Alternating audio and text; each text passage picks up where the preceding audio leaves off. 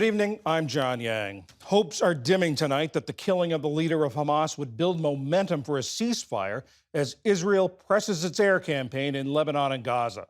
In Lebanon, an IDF strike on the Christian-majority city of Junia, which is north of Beirut, left 2 people dead. It was the first Israeli assault in that area. And in Gaza, a series of strikes on refugee camps and hospitals over 24 hours has killed more than 50 people.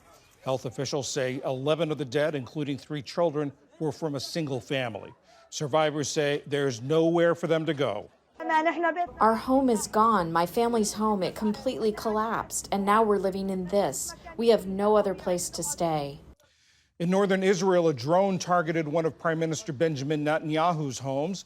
The Israeli military says it was launched from Lebanon, and Iran says Hezbollah, which is an Iranian proxy, is responsible for the attack.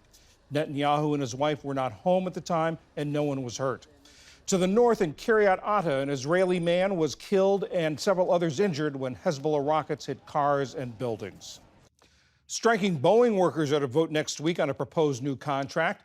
The deal would give a 35% pay raise over 4 years, plus additional retirement fund contributions. A month-long strike has stopped production of the 737 MAX, which is one of Boeing's best-selling passenger jets. On the campaign trail, former President Trump says if he's returned to the White House, he'd fight for American workers.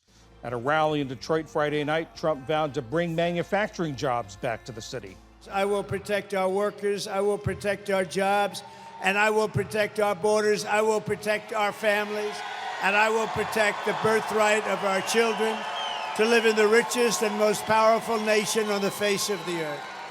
And Vice President Harris was in Detroit today, highlighting what she says is Trump's increasing instability. Donald Trump has proven himself to be increasingly unstable and unfit, and he's trying to take us backward. He is someone who demeans the American people, who has no actual plan for uplifting the middle class. This evening, Harris is in Atlanta for a Get Out the Vote rally, and Trump holds a rally in Pennsylvania outside Pittsburgh. And in Cuba, the power grid collapsed for a second time today, shortly after officials said service was being restored from Friday's blackout. Government officials blame deteriorating infrastructure, fuel shortages, and rising demand for electricity for what's considered the worst blackout since Hurricane Ian 3 years ago.